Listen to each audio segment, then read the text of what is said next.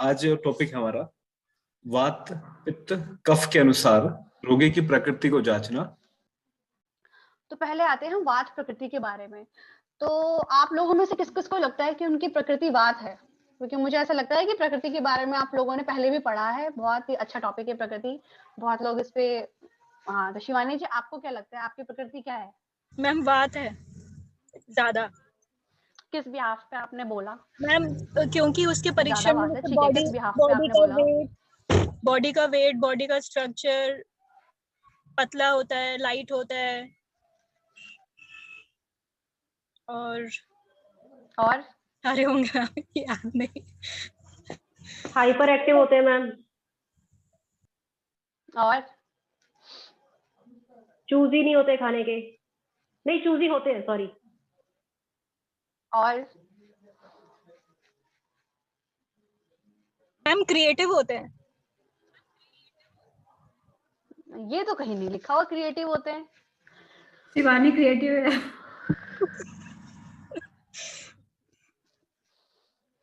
Okay, ठीक है।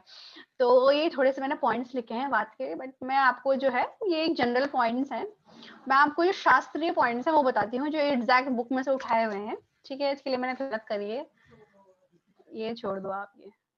ठीक है, तो अब जो है आप लोग अपना एक कॉपी और पेन रख लीजिए। कॉपी पेन ले लिया सबने? Yes ma'am. ठीक है, तो पहले आ रहे हैं वात प्रकृति, वातज प्रकृति के लक्षण। ठीक है, तो हम जो प्रकृति की बात करते हैं वो हम वात प्रकृति पित्त प्रकृति में नहीं करते, वो हम वातज प्रकृति और पित्तज प्रकृति में करते हैं। जहाँ पे ज लग रहा है, ज का अर्थ है जन्म, जिससे उत्पत्ति हो रही है। ठीक है, तो वातज यानी इसमें वात से जिसकी उत्पत्ति है, यानी वात प्रधान उत्पत्ति जिसकी है। ठीक है, जैसे मैंने आपको बताया था, प्रकृति आपकी उत्पत्ति से ही है। आपकी उत्पत्ति कब हुई थी? जब जायगोट फॉर्मेशन हुआ था। ठीक है, तो वातज प्रकृति के लक्षण में पहले रचना संबंधी लक्षण है, उसमें से आप ये बताइए, आप लोग जितने हैं अपना अपना बताइए कि कितने में कितने पॉइंट्स आपको मिलते हैं। ठीक है, तो पहला पॉइंट है इसमें शरीर दुबला पतला। ठीक है, बचपन में जब आप छोटे थे और अब आप जो मोटे हैं, उसमें एवरेज जो है शरीर दुबला पतला था या नहीं था? ठीक है, अब इसमें कई चीजें आती हैं। आज से 3 साल पहले मेरा वेट 35 kg था।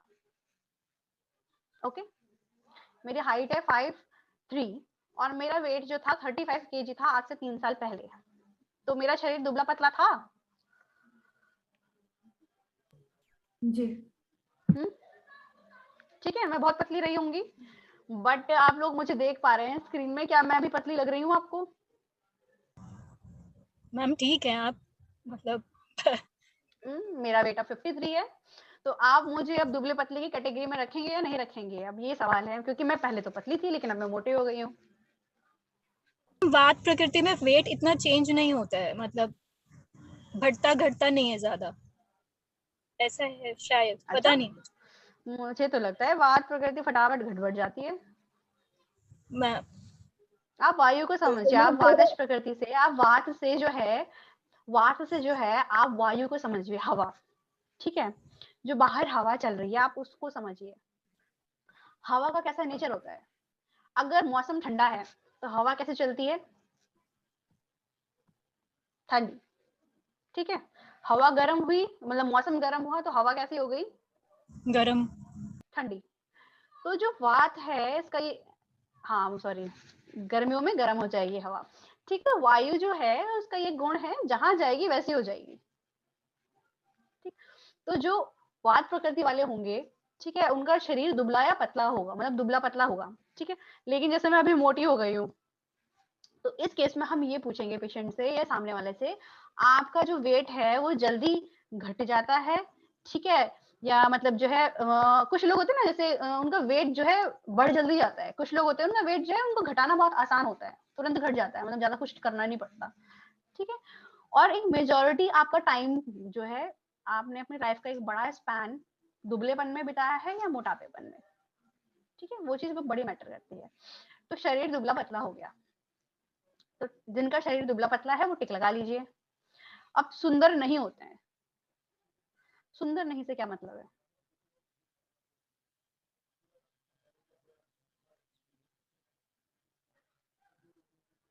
मतलब उनका जो स्ट्रक्चर है बॉडी का, ठीक है, वो टेढ़ा मेढ़ा होता है। जैसे वायु होती है ना, वायु बढ़ी हुई होती है उनके शरीर में, ठीक है। तो जैसे जब वायु ज्यादा हो जाती है तो कभी इधर से निकलने की कोशिश करती है, तो कभी इधर से निकलने की कोशिश करती है। तो उनका शरीर टेढ़ा मेढ़ा होता है, जैसे नाक टेढ़ी हो जाएगी या ठोड़ी टेढ़ी हो जाएगी या कान एक बड़ा एक छोटा, मतलब ऐसे मिसमैच चीजें रहती हैं, ठीक है। तो क्या आपको लगता है आप सुंदर नहीं है? ठीक है, जिसको ऐसा लगता है वो टिक लगा देना। नहीं, मुझे तो मैं बहुत सुंदर लगती हूँ, आप लोगों का पता नहीं। फिर है त्वचा रुक्ष होती है। तो ड्राई स्किन किस किस की है? मैम मेरी।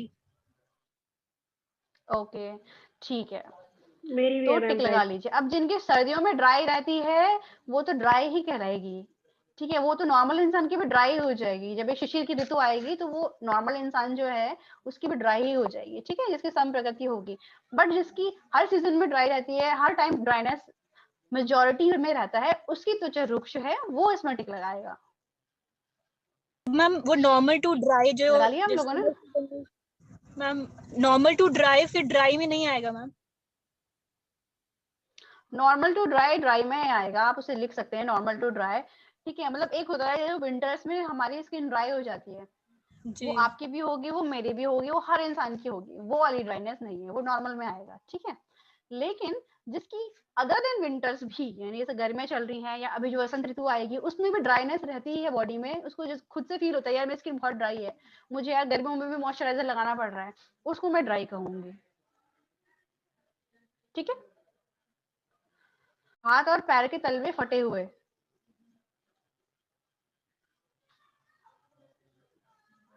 ऐसा लगता है क्या?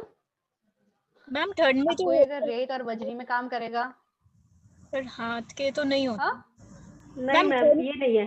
पैर के फटते हैं तलवे। मैम नहीं मैम। ठंड अगर ठंड में तलवे फट रहे हैं, अगर आप जो है रेत और मिट्टी में नहीं जा रहे हैं, ठीक है, और फिर भी आपके हाथ और पैर के तलवे फटे हुए हैं, ठीक है, चाहे वो ठंड में भी है, तो वो उसमें काउंट होगा, ओके, काउंट होगा।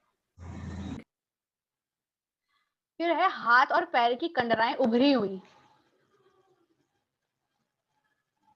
कंडराई क्या होती है? रहती हैं क्या? कंडराई क्या होती है मैम? कंडराएं वैसे तो टेंडेंस को कहते हैं, कंडराएं वैसे तो टेंडेंस को कहते हैं, बट आप इसे समझ लीजिए इनके वेसल्स, जैसे स्किन पतली होती है ना, तो अंदर की जो वेसल्स होती है वो साफ साफ दिखती रहती हैं, हाँ ठीक है। हाँ जैसे मैम वो अगर जिम जाते हैं दिखती तो जिम जाने के दिखती बाद है। जो है फूली फूली रहती हैं, तो उसको टिक कर लेंगे आप। फिर 6 पॉइंट है रचना संबंधी शरीर लक्षणों में श्याम वर्ण। श्याम वर्ण मतलब थोड़ा सा जो कलर होता है उसमें ब्लैकिशनेस होती है, डार्क कलर नहीं कह रही मैं, एक ब्लैक पर छाई सी लगती है। ऐसे लोग गोरे होते हैं, उनका कलर गोरा होता है बट एक ब्लैक परछाई सी उस पे आती है, ठीक है। लगता है ऐसा? अपने अपने कलर को सब जज कर सकते हैं, कैमरे में मैं कुछ बता नहीं सकती।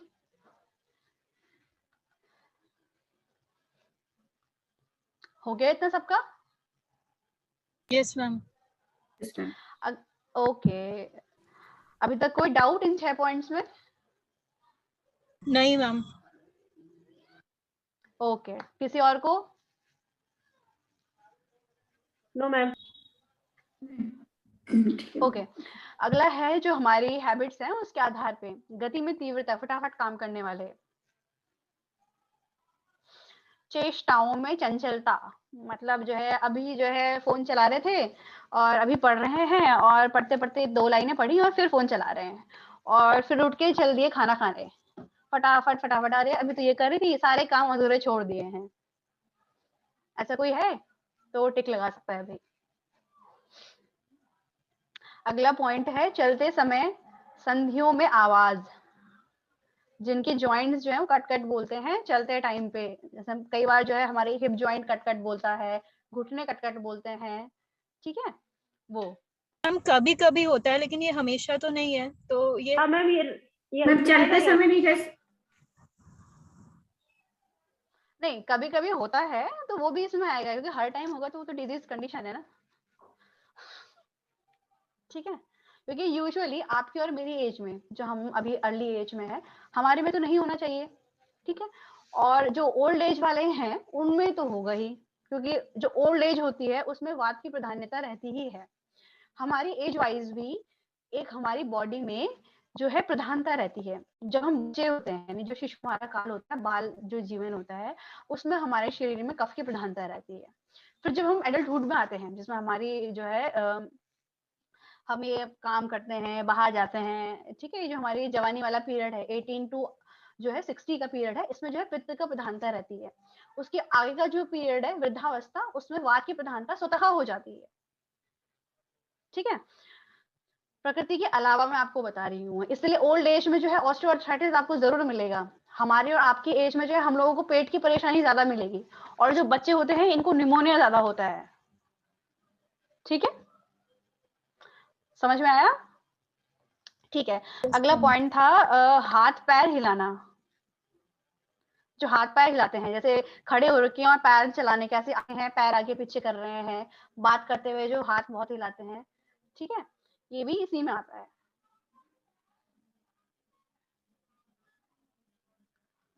फिर है अगला पॉइंट, अकारण क्रोधित हो जाना, बिना बात के जो गुस्सा करते हैं। अब इसको, इससे आपको ऐसा नहीं लगता कि ये पित्त प्रकृति का होना चाहिए?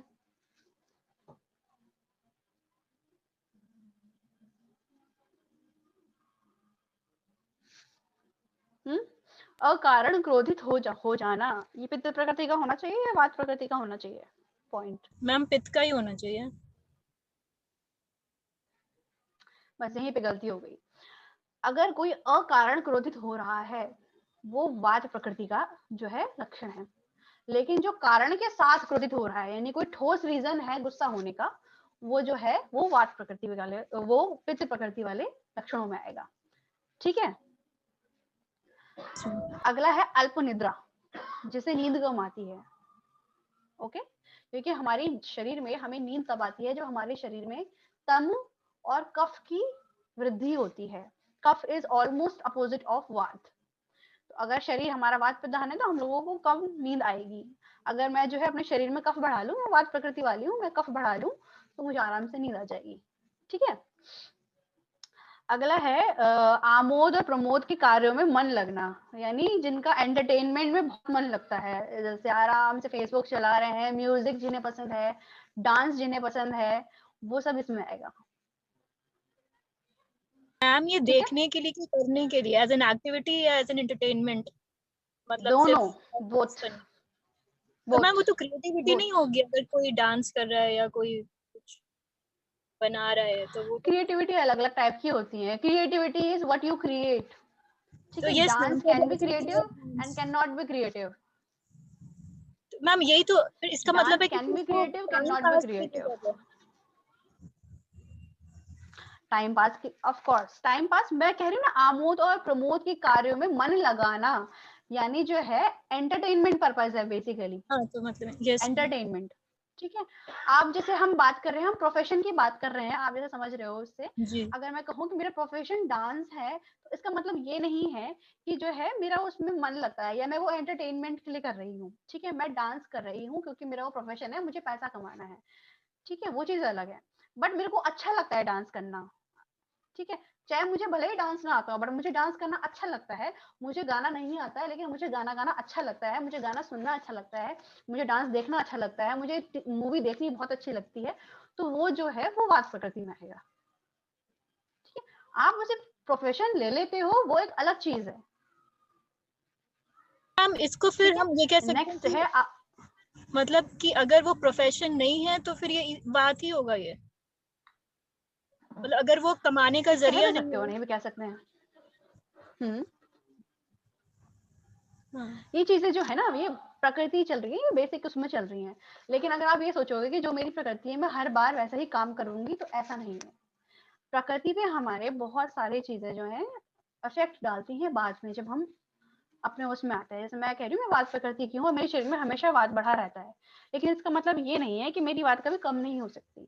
अगर मैं कफ बढ़ने वाली चीजें ज्यादा लूंगी तो मेरे शरीर में कफ बढ़ जाएगा, भले ही मैं वात प्रकृति की हूँ। ठीक है, तो आगे आते हैं आहार विहार संबंधी जो लक्षण है। ठीक है, तो पहला है मधुर, अम्ल और स्निग्ध आहार प्रिय होना।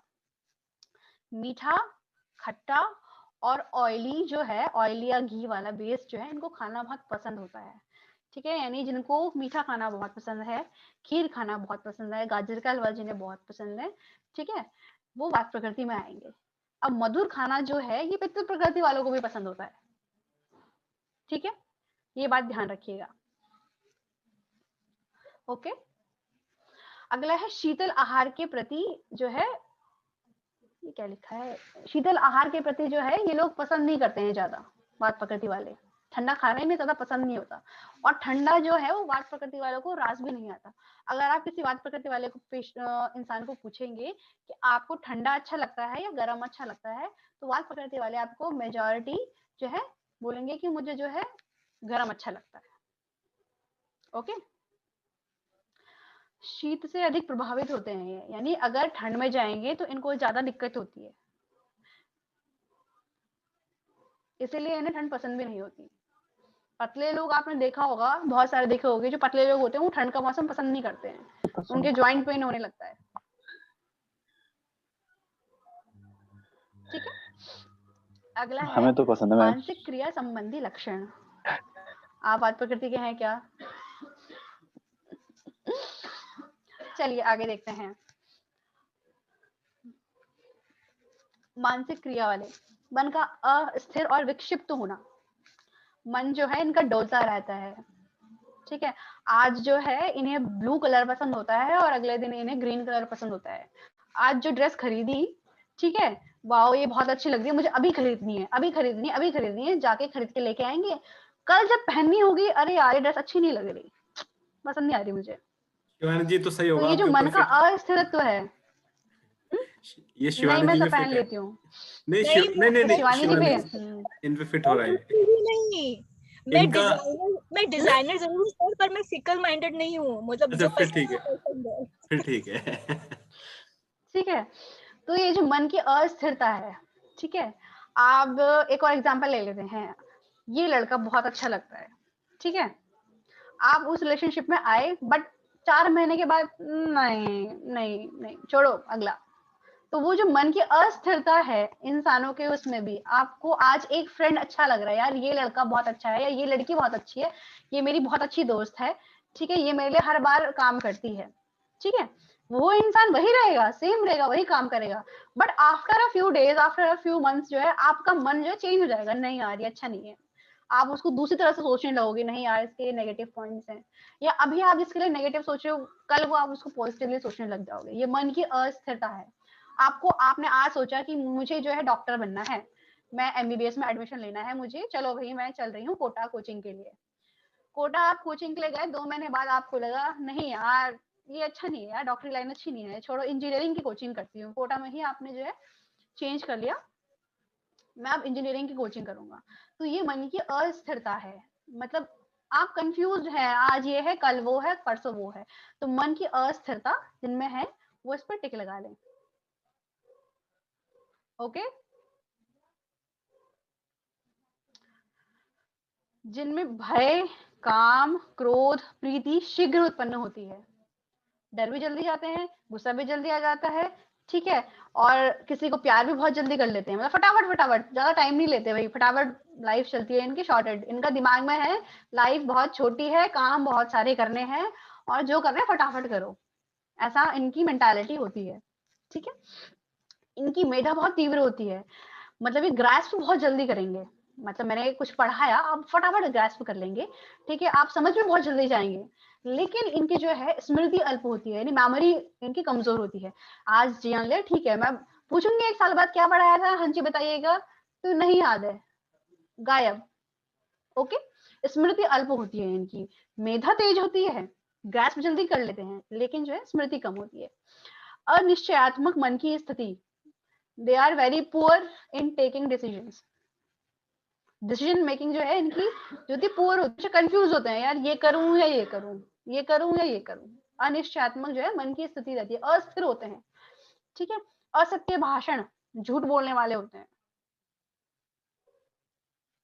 तो शिवानी जी बताइए। मैम इसमें से कुछ भी नहीं है सब मेरा, बस एक ग्रास्प करती हूँ मैम, स्मृति सेलेक्टिव है मेरी, और ये आप पहले के 2 तो बिल्कुल भी नहीं है, क्योंकि मैं डाई हार्ड हूँ, जो पसंद है वो हमेशा ही पसंद आएगा। और ये भी डिसीजन मेकिंग मैम बहुत क्विक है और ये भी नहीं है मेरे लिए। झूठ मैं बोलती नहीं मैम, तो ये भी नहीं है। ओके, ठीक है ठीक है। अगला है अस्थायी प्रीति एवं मैत्री, जो मैंने आपको थोड़ी देर पहले बताया था कि दोस्त इनके बदलते रहते हैं। ठीक है, स्थायी कोई फ्रेंड नहीं होता, there is no best friend, मतलब जो हाँ टिका है एक जमाने से, बचपन में था, अभी भी है, बुढ़ापे में भी रहेगा। अस्थायी इनकी प्रीति और मैत्री रहती है, मैंने आपको पहले ही बता दिया। ठीक है, तो ये थे वाच प्रकृति के लक्षण। तो टोटल कितने हुए? मुझे भी पेन की आवश्यकता है। 4 टोटल काउंट करेंगे तो 24 बताना 21 नहीं है, अपने मन में रखना है, टोटल करके रखना है, बताना नहीं है, अपने पास रखना है भाई। पॉइंट्स कितने हैं ये बात प्रकृति में टोटल? 24 पॉइंट टोटल 24 है बात प्रकृति में। 6 8 3 7 7 7 7 21 22 23 24, ठीक है। तो अगला है पितृ प्रकृति के लक्षण।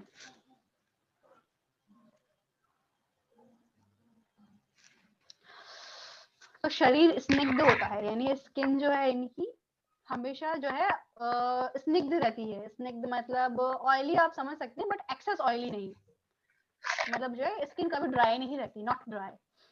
शरीर जो है सुकुमार रहता है, यानी जो है शरीर बहुत ही डेलिकेट रहता है, मतलब हाँ जैसे लोग होते हैं ना, अरे यार चोट लग जाएगी, दूर रहो मुझसे। ठीक है, गौर और ताम्र, एक मिनट,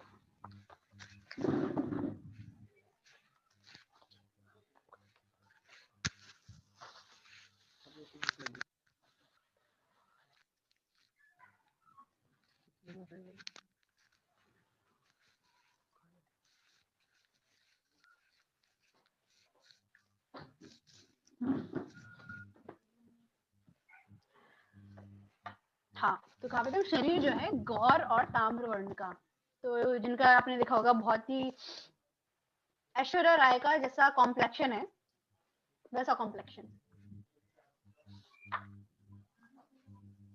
ठीक है, उससे ऊपर नीचे थोड़ा थोड़ा चल सकता है। ब्रिटिश बोलेंगे इसे, ठीक है। मतलब गोरा तो ब्रिटिश मतलब जिनमें ग्लो, जिनका ग्लोइंग चेहरा होता है, गोरा प्लस ग्लोइंग, गोरा तो नहीं कहूंगी, व्हाइटिश नहीं कहूंगी, ठीक है, लेकिन जिनका ग्लोइंग थोड़ा येलोइश टिंट लेके जो होगा, वैसा कॉम्प्लेक्शन। ओके, फिर इनके जो बाल होते हैं वो जल्दी सफेद होते हैं। जो बालों का सफेद होना या बालों का गिरना, ये जो डिजीज है, इसे कहते हैं खालित्य और पालित्य आयुर्वेद में। ठीक है, इन दोनों के लिए ही जो है खालित्य पालित्य के लिए जो प्रधान दोष है, जो रिस्पॉन्सिबल है, वो है पित्त। क्योंकि इनके शरीर में पित्त जो है नेचुरली फिजियोलॉजिकली जो है बढ़ा हुआ रहता है, तो इनमें जो है बालों का झड़ना और पकना दोनों जो है ये कॉमनली मिलते हैं। ठीक है, ये लोग अगर शुरुआत से ही पित्त शामक जो है मेडिसिन या अपनी लाइफस्टाइल रखेंगे, तो क्या होगा कि ये डिजीजेस इनमें आएंगी नहीं। तिल और झाइयां आदि होना, ठीक है, ये इनमें मिलेगा।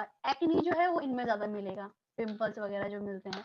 ठीक है, मांसपेशियां एवं अंगों में शिथिलता,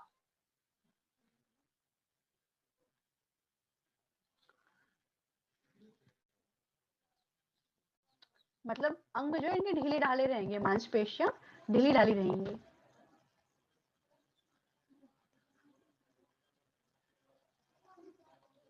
अगला जो है इसमें जो सेकंड पॉइंट है, शरीर क्रिया और आदत संबंधी लक्षण।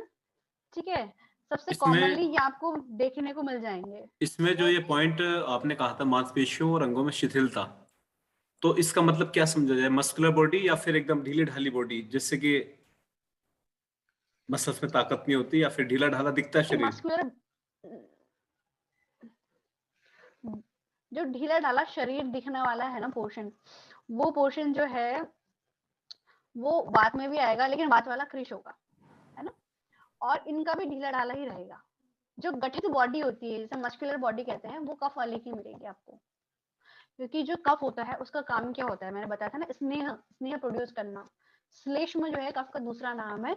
ठीक है, स्निग्ध करना, उसको श्लिष्ट करना, ठीक है, चिपका के रखना। तो जो गठित बॉडी है वो हमें मिलेगी कफ में। ठीक है, आगे हम आते हैं शरीर क्रिया और आदत संबंधी जो लक्षण है। ये सबसे कॉमनली जो है हम पहचानने के लिए सबसे इजी है पेशेंट में। शरीर में स्वेद की अधिक प्रवृत्ति, पेशेंट स्वेटिंग बहुत ज्यादा होती है। ठीक है, ये कहेगा कि एक होते हैं, कुछ लोग होते हैं जिनको बहुत स्वेटिंग होती है, कुछ लोग होते हैं अरे नहीं यार मुझे तो स्वेटिंग इतनी नहीं होती है। आप देखो गर्मियों का मौसम आएगा, वो ऊपर से लेकर नीचे तक पूरे कपड़े गीले मिलेंगे सिर्फ स्वेटिंग से। ठीक है, अगला है मूत्र एवं पुरीष की अधिक प्रवृत्ति। ठीक है, इनको जो है जो इजीली मोशन हो जाएगा, यानी अगर इन्होंने दूध भी पी लिया तो भी हो सकता है कि ये चले जाएं। ये पित्त की प्रकृति के जिनका होता है उनमें कॉमन होती है। ठीक है, उसका कारण ये है जो मैंने आपको लक्षण बताया कि दूध पीते ही वॉशरूम हो जाना, यानी पेट जो है निकल जाना, ये है कोष्ठ। कोष्ठ मतलब आपका जो एलिमेंट्री कैनाल है वो उसका कौन सा टाइप है। ठीक है, तो जिनके कोष्ठ में पित्त की प्रधानता होती है उनमें ये लक्षण मिलते हैं कि वो दूध पीते हुए या फिर मैंने कोई भी माइल्ड विरेचक या गर्म पानी दे दिया तो उनको इजीली मोशन हो जाएगा।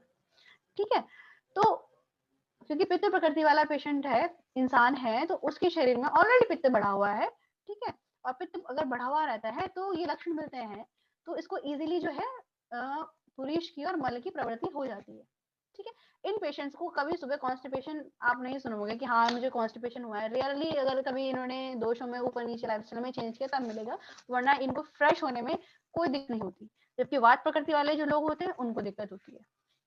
ठीक है, उनको कॉन्स्टिपेशन की दिक्कत रहती है, स्टूल हार्ड आने की रहती है। इसमें नहीं लिखा था क्या? इसमें नहीं लिखा था। आगे हम देखते हैं इनमें क्या है, शरीर में दुर्गंध आती है क्योंकि स्वेटिंग ज्यादा होती है, तो इसलिए जो है स्मेल भी आती है। जो स्मेल है वो पित्त का गुण भी है। ठीक है, अगर आप कभी वात पित्त कफ के गुण पढ़ेंगे तो उसमें जो है स्मेल जो है वो पित्त का गुण भी है। दांतों में पीलापन रहता है और मुख में दुर्गंध आती है। ये तो मैंने दुर्गंध वाली बात ही आ गई कि शरीर में जो है दुर्गंध रहती है, स्मेल जो है वो है पित्त का लक्षण। आहार और विहार संबंधी लक्षण, इनकी अग्नि तीव्र होती है। ठीक है, भूख जल्दी लगेगी, अग्नि तीव्र होगी तो, है ना, क्योंकि खाना जल्दी डाइजेस्ट हो जाएगा। और पित्त जब रहता है तो प्यास भी ज्यादा लगेगी। और जितनी पित्त बढ़ाने वाली चीजें हैं उनको ये बर्दाश्त नहीं कर पाएंगे। जैसे मैंने वात के में कहा था कि वात वाले ठंडे को बर्दाश्त नहीं कर सकते हैं। क्यों? क्योंकि ठंड जो है वो वात को बढ़ाती है। ठीक है, मेरे शरीर में ऑलरेडी वात बढ़ा है, ठीक है, और मैं ऐसी जगह जाऊं जहां मेरे कोई और वात बढ़े तो मेरे बॉडी का जो अपना मैकेनिज्म है, ठीक है, वो क्या करेगा कि नहीं नहीं नहीं इधर नहीं जाना है, इसलिए मुझे वो ना तो वो पसंद होगा और इसलिए मैं और मुझसे तो बर्दाश्त तो खैर वो वैसे भी नहीं होगा। ठीक है, और सेम पित्त वालों के साथ है, अगर जिन चीजों से पित्त बढ़ता है उस चीजों को बर्दाश्त नहीं कर सकते क्योंकि उनके शरीर में ऑलरेडी पित्त ज्यादा है और बढ़ेगा तो उनको दिक्कत होगी। तो पित्त बढ़ाने वाली चीजें कितनी है, जितनी भी गर्म चीजें हैं, धूप हो गई, आपकी आग हो गई, इन सब चीजों को सहने की, जो टेम्परेचर हीट को सहने की इनकी क्षमता कम होती है, इसीलिए इनमें स्वेटिंग भी अधिक होती है। आप लोग रिलेट कर पा रहे हैं? बहुत सारी चीजें एक साथ चल रही हैं जो एक दूसरे से रिलेट हो रही है।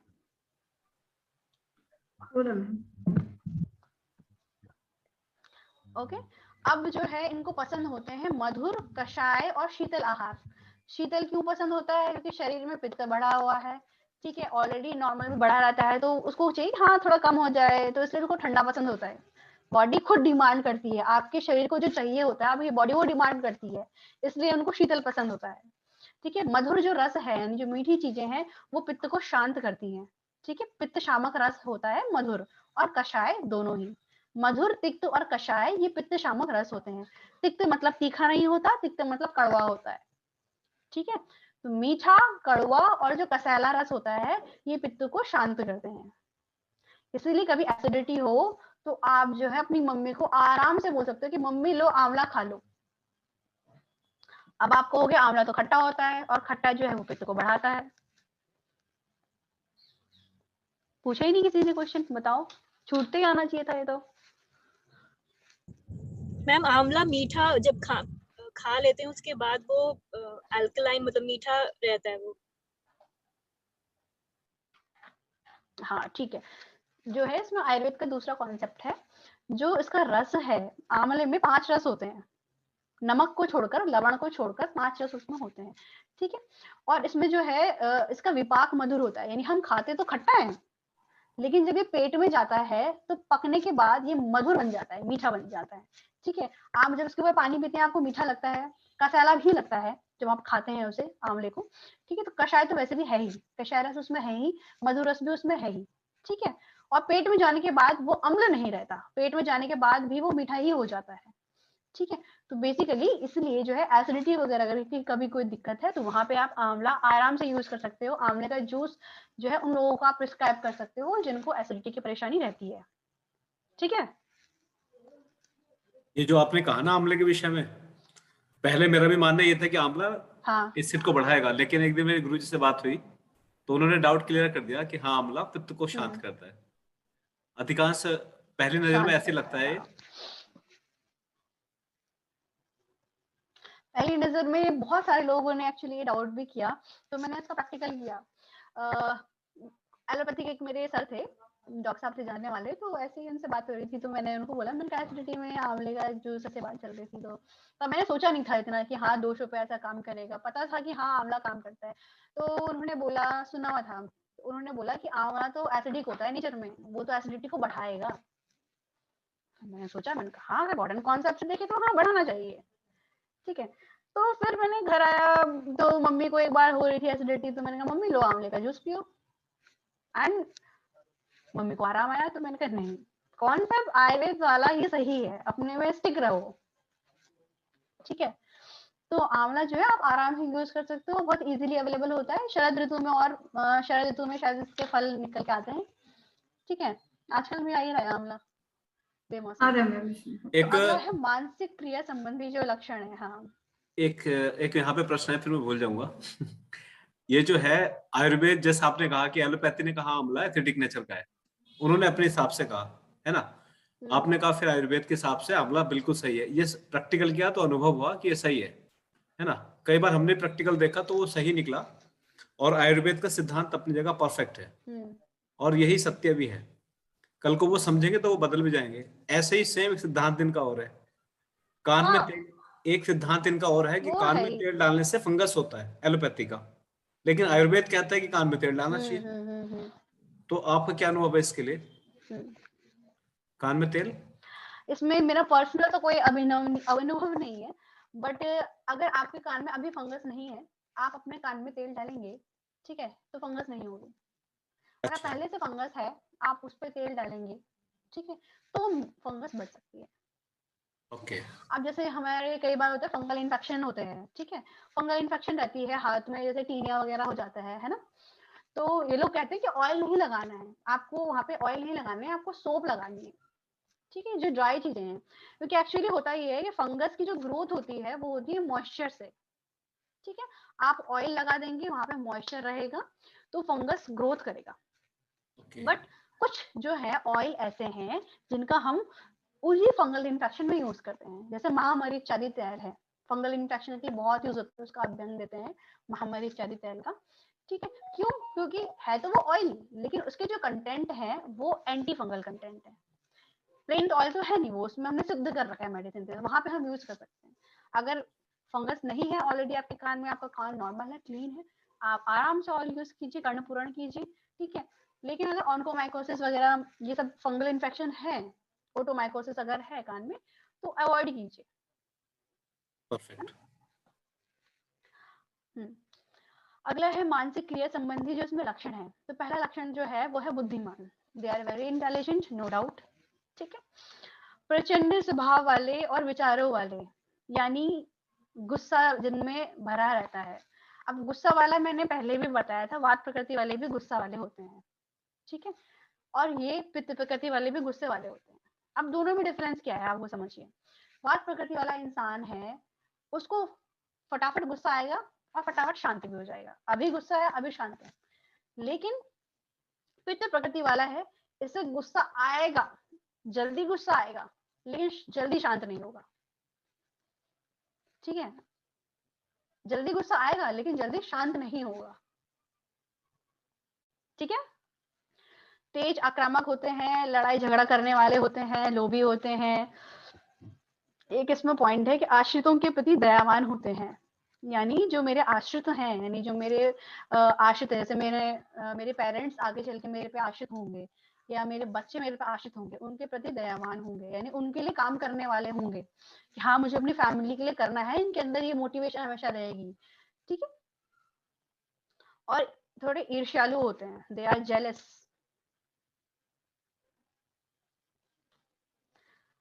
समझ में आया यहाँ तक?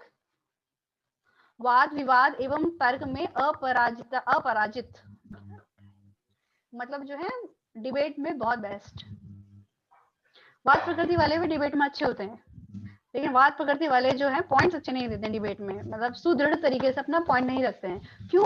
क्योंकि उनमें भय भी होता है, ठीक है। बोलने वाले ज्यादा वाद प्रकृति वाले भी होते हैं, वाद प्रकृति वाले होते हैं, लेकिन पित्त प्रकृति वाले जो है अपने स्ट्रांगली पॉइंट रखने में ये एक्सपर्ट होते हैं, क्योंकि ये डरते नहीं है, ठीक है। तो जैसे आपके गुरुदेव हैं, आप चाहे भले कितने बोलने वाले हैं, और आपको अपने टीचर को जाके बोलना है कि नहीं सर आपने गलत पढ़ाया, ये अगर आपके अंदर ये स्ट्रेंथ है तो आप पित्त प्रकृति का ये लक्षण जो है शो कर रहे हैं। आप अपनी बात के लिए स्टैंड लेने वाले हैं तो वहां पे आप टिक लगा लीजिए। वाद विवाद एवं तर्क में अपराजित होते हैं, ठीक है।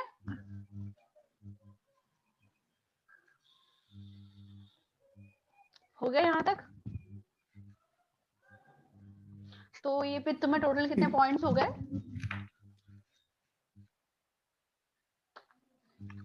19 है मैम। 19 है।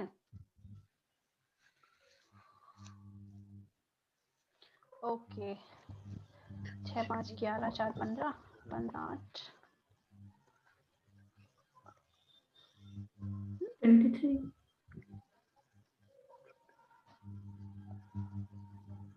23 है, 19 कहाँ है?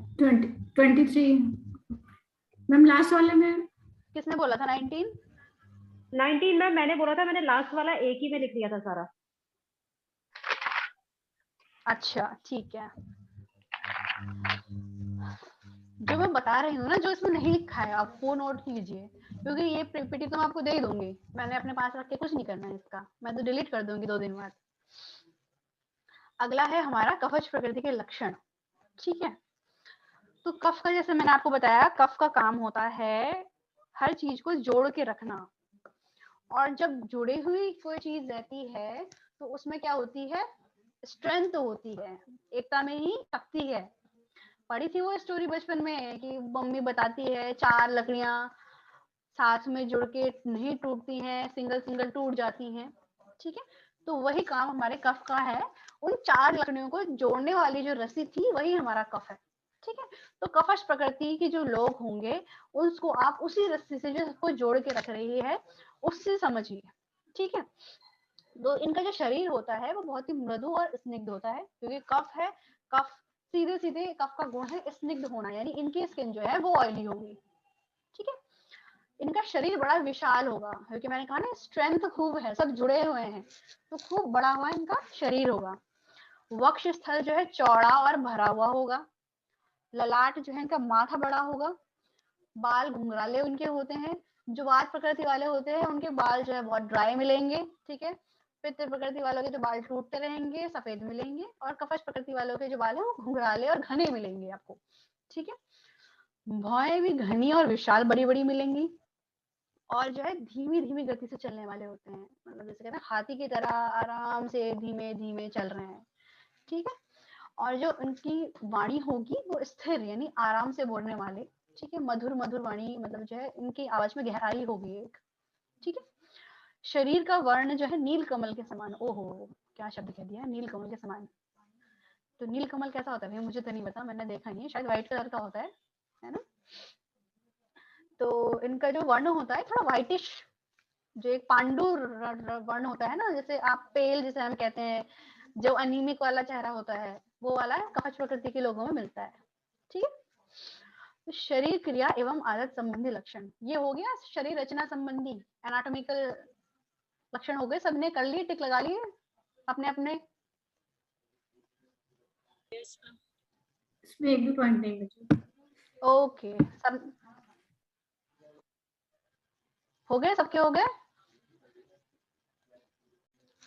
Yes ma'am. अगला है शरीर क्रिया एवं आदत संबंधी लक्षण। तो इनकी अग्नि मंद होती है। कफ इज लाइक वाटर, और पानी का और आग का रिलेशन कैसा है? अपोजिट है ना, दुश्मन है दोनों भाई। तो इन लोगों की अग्नि जो होती है वो मंद होती है, क्योंकि कफ जो है वो अग्नि को ढककर उसे कम कर देता है। ठीक है, और इनकी सोते बहुत ज्यादा है, अभी आलसी बड़े होते हैं एक नंबर के। ठीक है, निद्रा इनमें अधिक आती है क्योंकि कफ बढ़ा हुआ रहता है हर टाइम। ठीक है, धूप और ताप असहनीय, ये पॉइंट मुझे थोड़ा सा गलत लग रहा है। ठीक है, इसमें धूप और ताप से मेरे हिसाब से कोई असर नहीं पड़ना चाहिए। ठीक है, इस पर मैं एक बार क्रॉस चेक कर लूंगी बुक में। और बहु संतान वाले होते हैं, बहु संतान मतलब इनमें प्रोजेनी बहुत अच्छी रहती है। इनका जो सेक्सुअल लाइफ है, इनकी सेक्सुअल लाइफ भी बहुत अच्छी रहती है। ठीक है, और इनमें आगे प्रेगनेंसी में या आगे जो है इनके चिल्ड्रन होने में कोई दिक्कत नहीं रहती। आगे है इनका आहार विहार संबंधी लक्षण, क्योंकि इनकी अग्नि मंद रहती है तो इनको भूख लगती है कम, भूख लगती है कम तो खाते हैं कम। इनको पसंद होता है मीठा। ठीक है, मीठा तो नहीं होता इनको पसंद, मीठा कम पसंद होता है इनको, गलत लिखा है यहाँ पे। मीठा जो है मधुरस कम पसंद होता है, और कटु तिक्त कषाय यानी जो कफ के अपोजिट रस हैं वो पसंद होते हैं, जो कफ को कम करने वाले रस हैं। कटु तिक्त और कषाय ये तीन कफ को कम करने वाले जो है रस हैं, और यही रस जो है ये वात को बढ़ाने वाले रस हैं। ठीक है, आपको पता है कि रस 6 होते हैं? किसी को पता है नाम 6 रसों के नाम? नहीं मैम। नहीं पता? ओके, रस समझ रहे हैं? रस से क्या मतलब है?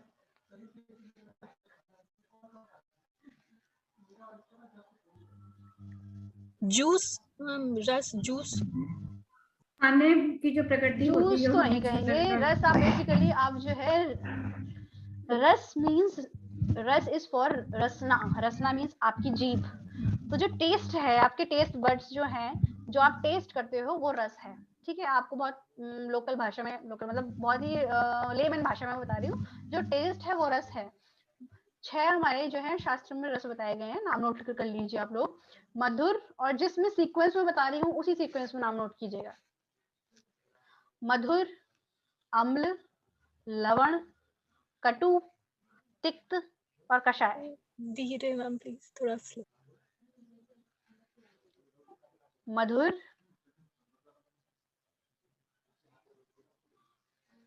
अम्ल, आधा म और ल, अम्ल, एसिड वाला अम्ल।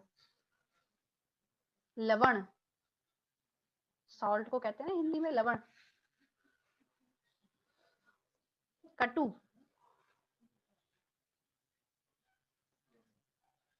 तिक्त, त पे छोटी की मात्रा आधा क पूरा त, तिक्त। और कषाय, कषाय सामने भी लिखा हुआ है आहार विहार संबंधी लक्षण में, चौथे वाले पॉइंट में कषाय। ठीक है, तो इनमें जो पहले 3 रस हैं, जो आपने ये सीक्वेंस लिखा है, यानी मधुर, अम्ल और लवण, ये 3 रस जो हैं ये वात को कम करने वाले और कफ को बढ़ाने वाले होते हैं। ठीक है, यानी आप अगर इन रसों का सेवन करते हैं तो आपके शरीर में वात की कमी होगी, मतलब वात कम होगा और कफ जो है वो बढ़ेगा। मैम अम्ल क्या हुआ? अम्ल इसलिए को जो लोग मोटे होते हैं, ओके ओके ओके ओके, अम्ल इज खट्टा, खट्टा, मधुर इज मीठा, अम्ल इज खट्टा, लवण इज नमकीन, कटु इज तीखा। कटु मतलब कड़वा नहीं, कटु मतलब तीखा। ठीक है, कटु मतलब क्या? तीखा। हाँ, कटु मतलब तीखा। ठीक है, तिक्त मतलब, तिक्त मतलब तीखा नहीं, तिक्त मतलब कड़वा।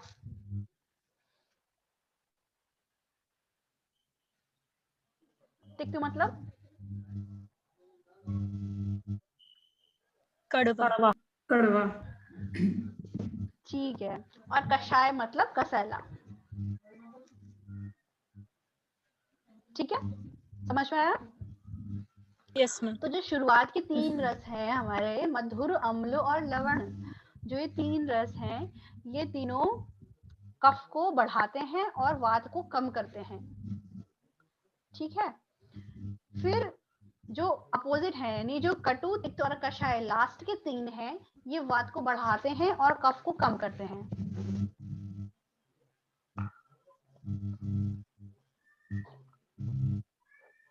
ठीक है। अब जो बीच के 3 हैं, यानी अम्ल, लवण और कटु, ये 3 रस जो हैं ये पित्त को बढ़ाते हैं।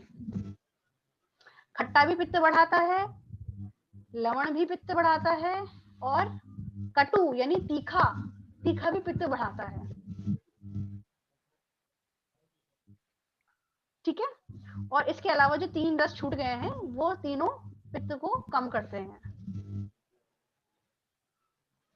तो मैंने कहा था ना, जो मधुर रस होता है वो वात वालों को भी अच्छा लगता है और पित्त वालों को भी अच्छा लगता है। क्यों? क्योंकि वात मधुर जो है वो वात को भी कम करता है और मधुर जो है वो पित्त को भी कम करता है। ठीक है। जो तिक्त रस है वो कफ वाले को भी अच्छा लगेगा, वो जो है पित्त वाले को भी अच्छा लगेगा। क्यों? क्योंकि तिक्त रस जो है वो दोनों को कम करता है। ठीक है। तो मेरी जो प्रकृति है मेरे शरीर में जो ऑलरेडी बढ़ा हुआ है, ठीक है, तो मुझे जो पसंद आएगा वो उसके अपोजिट आएगा। ठीक है। और ये कितना भी डाइटिंग कर ले, ये कफज प्रकृति वाले, जो 5th पॉइंट है आहार विहार संबंधी लक्षण का, इनका अनशन से, यानी अनशन मतलब कुछ ना खाना, अनशन, अन अशन, अशन मतलब खाना, खाना और अन लगा दिया, अन मतलब नहीं। तो अगर ये खाना नहीं खा रहे हैं तो भी इनका शरीर जो है, वजन जो है कम नहीं होता, मतलब इनको वेट कम करने में दिक्कत होती है। अगर वात प्रकृति वाला पेशेंट है या इंसान है तो उसको वजन बढ़ाने में दिक्कत होगी, और कफ प्रकृति वाला है तो उसको वजन घटाने में दिक्कत होगी। ठीक है। अब इनकी मानसिक क्रिया, अब मैंने कहा था जो कफ है वो कफ वाला, कफ स्नेह से मतलब है ना, स्निग्ध होता है, स्नेह, स्नेह यानी प्यार मोहब्बत वाला इंसान है आपके सामने जो है। क्या प्यार वाला इंसान लड़ाई झगड़ा करेगा?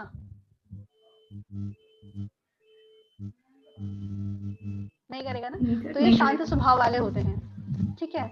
धैर्यवान होते हैं, मतलब बहुत ही धैर्यवान होते हैं, प्रभावित नहीं होते किसी चीज से, है ना। जैसे अभी घर में कोई दुख आ गया या कुछ भी हो गया या मार्क्स कम आ गए, ठीक है, तो इतनी जल्दी इनको ज्यादा कोई फर्क नहीं पड़ता, मतलब ये मेंटली जो है स्टेबल रहते हैं। बेसिकली आप ये समझिए, अनस्टेबल नहीं होते हैं। जैसे वात वाला था चंचल था, पित्त वाला था गुस्से वाला था, कफ प्रकृति वाले जो है मेंटली थोड़े स्टेबल रहते हैं। ठीक है। और अपने डिसीजन पे फिक्स रहते हैं, बात वाले की तरह से डगमगाते नहीं रहते। ठीक है। जितेंद्र जी अपना माइक ऑफ कर इसमें लेना, माइक 3-4 खुला पॉइंट हुआ और है। हैं। ठीक है। जितेंद्र जी का माइक ऑन था तो आवाज डिस्टर्ब थी। अच्छा, कृतज्ञ होते हैं। कृतज्ञ का अर्थ क्या होता है? ओबीडियंट। नो। ओबीडियंट होगा। जो दूसरे का उपकार मानते हैं, जो Obedient is किसी के लिए कुछ किया तो। गुड। ओबीडियंट इज आज्ञाकारी। कृतज्ञ इज जो दूसरे का उपकार मानता हो। कृतज्ञ का अपोजिट इज कृतज्ञ। ठीक है। वात प्रकृति वाले कृतज्ञ होते हैं, लेकिन जो कफ प्रकृति वाले हैं ये कृतज्ञ होते हैं। अगर आपने इनमें कभी इनको फेवर किया तो ये आपका फेवर रिटर्न करेंगे, आपके फेवर को मानेंगे कि हाँ आपने मेरे लिए कुछ किया था। ठीक है। लेकिन वात प्रकृति वाले, अरे छोड़ो कौन है क्या है, तुमने किया ही क्या मेरे साथ, ये वाले वात प्रकृति वाले। ठीक है। अगला पॉइंट है इसमें अलोलुप, यानी लालची नहीं होते ज्यादा, इनको ज्यादा लालच नहीं होता, लालची प्रकृति के नहीं होते, लालची होते हैं वात पित्त वाले। शास्त्रों के प्रति इनकी दृढ़ आस्था होती है, यानी they are very into their books, या जो भी इनका है ये चीज है, कोई भी काम ये कर रहे हैं, ठीक है, इनको जो बोला गया आपको ये काम करना है, उसके प्रति ये डेडिकेटेड होते हैं। ठीक है। अपने अधीन की रक्षा करने वाला, जैसे पित्त वाले थे कि अपनी फैमिली की, इन सबकी जो है उसकी जिम्मेदारी, रिस्पॉन्सिबिलिटी लेने वाला थे, वैसे ही कवच प्रकृति वाले भी हैं, रिस्पॉन्सिबल जो है फील करते हैं। जैसे वात प्रकृति वाले थे चंचल है तो उतने रिस्पॉन्सिबल जो है नहीं होते, कवच प्रकृति वाले तीनों में सबसे ज्यादा रिस्पॉन्सिबल होते हैं। ठीक है। क्रोध इनको बहुत कम आता है, जैसे मैंने कहा था शांत स्वभाव वाले होते हैं। ठीक है। और जो है निश्चय बुद्धि होती है इनकी, डेडिकेटेड होते हैं कि हाँ यही करना है, पता है ये करना है। ठीक है। और अगर गुस्सा इनको आता है लेट, ठीक है, और अगर लेट आता है तो रखते भी लंबा ही है। जैसे पित्त प्रकृति वाले थे जल्दी गुस्सा आता है लेट रखते हैं, ठीक है, वात प्रकृति वाला है, जल्दी गुस्सा आता है लेकिन मन में ज्यादा नहीं रहते हैं, भूल जाते हैं, हाँ ठीक है, फिर नॉर्मल हो जाते हैं। ठीक है, कफश प्रकृति वाले हैं, देर से गुस्सा आएगा लेकिन फिर रखेंगे भी अपना लॉन्ग टर्म तक। जैसे कुछ लोग होते हैं ना कि आपने उनके लिए कुछ कर दिया, पहले तो आपको इग्नोर करेंगे, अच्छा आपने ये किया, इग्नोर किया किया किया, लेकिन जब गुस्सा आ गया तुम्हें मतलब नहीं रखना, फिर भूलते नहीं है कि हाँ तुमने ऐसा किया था। जो लोग होते हैं ना कि वो 5-6 साल पुरानी बात को निकाल निकाल के लेके आते हैं, तो वो कफश प्रकृति वाले हैं हमारे। ठीक है, और स्मृति जो होती है इनकी भी स्थायी होती है। इनकी स्मृति का ऐसा रहता है कि जल्दी ग्रास्प नहीं कर पाते हैं, मतलब ग्रास्पिंग पावर इनकी कम होती है। ठीक है, इनको बार बार मेहनत करनी पड़ेगी, बहुत मतलब हार्ड वर्क करना पड़ेगा, तब ये चीजों को गेन कर पाएंगे। लेकिन जब गेन कर लेते हैं तो वो उनकी मेमोरी जो है बहुत अच्छी होती है, तो वो उनकी लॉन्ग टाइम तक रहती है उनकी वो मेमोरी। ठीक है, तो बेसिकली ये आएंगे हार्ड वर्किंग वाले जो लोग होते हैं कि यार नहीं मेरे को नहीं समझ में आ रहा, प्रैक्टिस करते रहेंगे और एक बार सीख गए तो हमेशा हमेशा जो है उनके दिमाग में यहाँ पे जो है वो फोटो स्टेट हो जाती है। तो वो आ गया फिर कवच प्रकृति वाले। तो कवच प्रकृति के टोटल लक्षण कितने हो गए? 29 ही है, ओके। तो आप लोगों के जितने जितने आए वो परसेंटेज निकाल लीजिए आप इंडिविजुअल। वात कितना परसेंट है, पित्त कितना परसेंट है और कफ कितना परसेंट है। जितने आपके पॉइंट्स आए उनको लिखिए, डिवाइडेड बाय जो वात के पॉइंट्स हैं उसको फिर मल्टीप्लाई कर दीजिए 100 से। आपके कितने आए वात में? जैसे आपके 5 आए तो 5 डिवाइडेड बाय 24 into 100